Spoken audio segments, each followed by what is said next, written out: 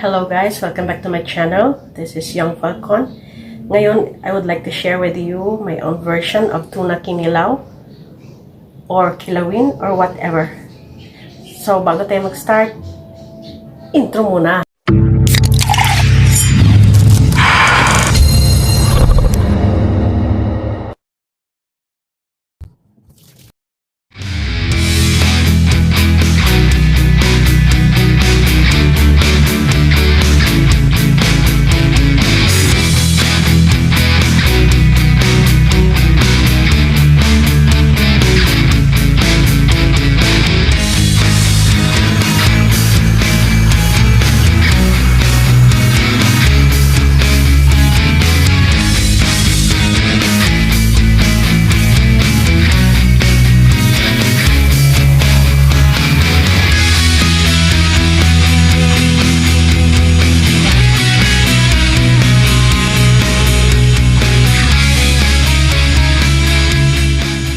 Okay, ito na guys ang ating mga ingredients.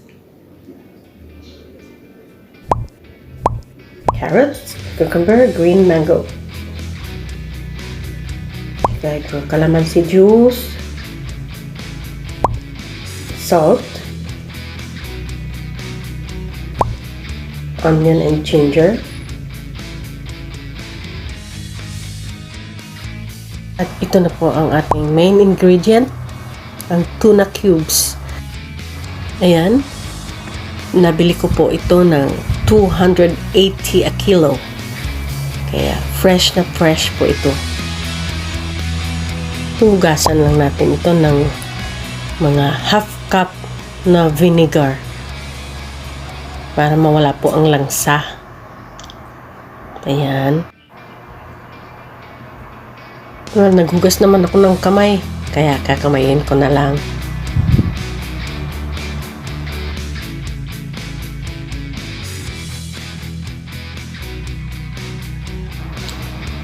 Ayan. Pipigain lang natin ito. Tamang piga lang, huwag naman sobra, para mag-drain ang suka. Ayan, set aside lang natin ito.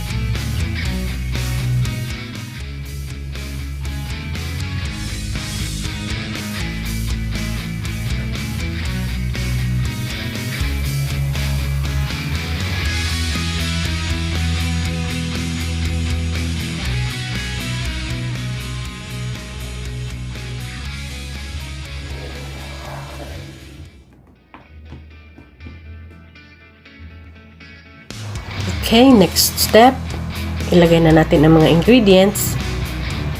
Cucumber,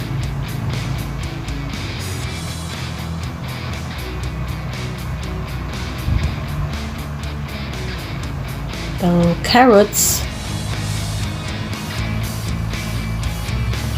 at ang green mangoes.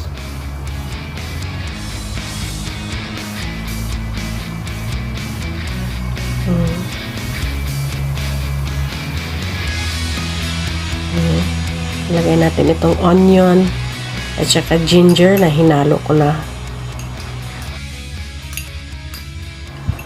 Ayan, sinabay ko na sa chopper kanina.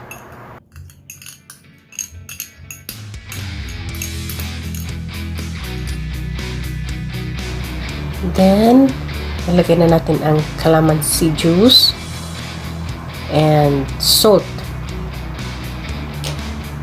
Mix muna natin ang salt sa calamansi para matunaw agad.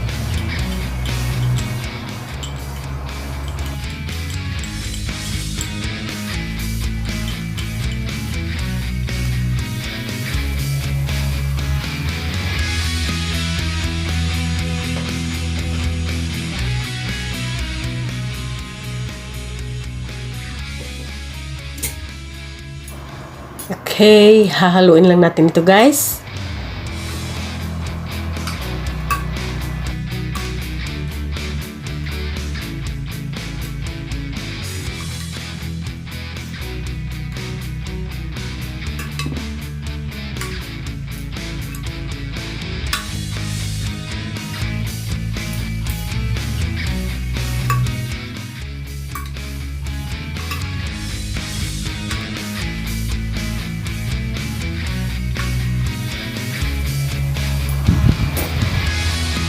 Ayan, your kinilaw is ready to serve.